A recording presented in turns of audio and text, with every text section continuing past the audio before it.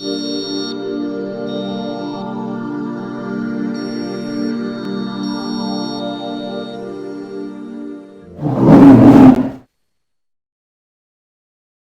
everybody and welcome to Bear Beer Reviews with me, your host Jack. And for some next little drinks we have a beer here from BrewDoggy Dog. This is Black Eyed King Imp, clocking in at 12.7%, and if you haven't seen it, this is also the Vietnamese coffee edition.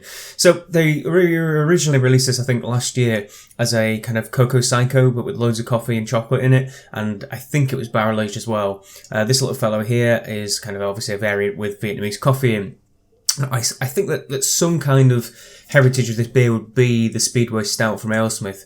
I know for a fact that it's James from BrewDog's kind of favourite beer of all time from a few interviews that I've read with him.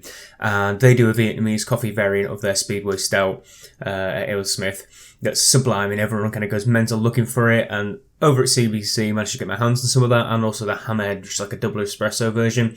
Both were fantastic. The standard Speedway is fantastic. It's a sublime beer. So I think this takes a little nod, tip of the hat in the direction of AleSmith for that. There's nothing wrong with that, right? You know, you could find something you like, you try and make something like it. So this one actually, I think it's got vanilla in as well, because I had a look at the ingredient list. Hops, coffee, vanilla, and yeast. Strangely, no chocolate, unlike the last lot. And it doesn't, I don't know if it's been barrel aged or not, but we should crack it open and see. The guys at BrewDog in Leeds were waxing lyrical about this, saying how gorgeous it was. So I couldn't walk out without getting a can right, so we'll pour it out into a little glass and see what we have.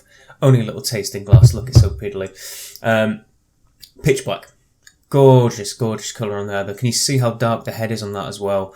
It might not take, it's looking a lot darker off the camera, I must say. It's like really deep milky chocolate on top of that nice dark chocolate. Looks fantastic, really does. Good bit of carbonation. It's holding its head well, considering it's got such a lot of alcohol in it too. And there are some legs kind of going around the side of the glass as well from the alcohol. So let's get a good old smell and see what we have.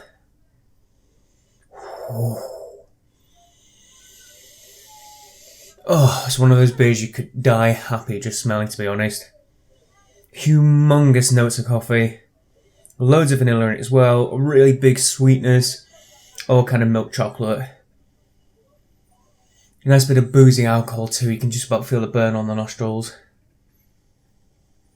Yeah, it smells absolutely every inch of an Imperial Stout that you want it to be. Crazy, crazy good smell. So cheers everyone, let's get in there and give it a good old taste.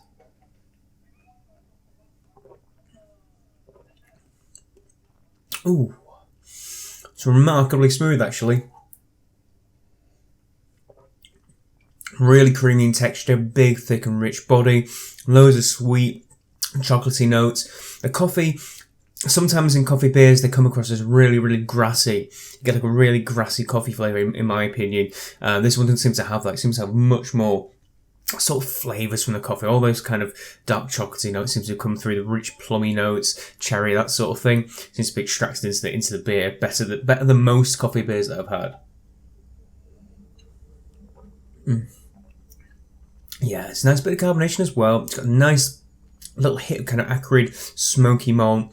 Got a nice level of bitterness too. You can just feel the alcohol on the tongue a tiny bit, and more as it warms down the chest. Yeah, this is good.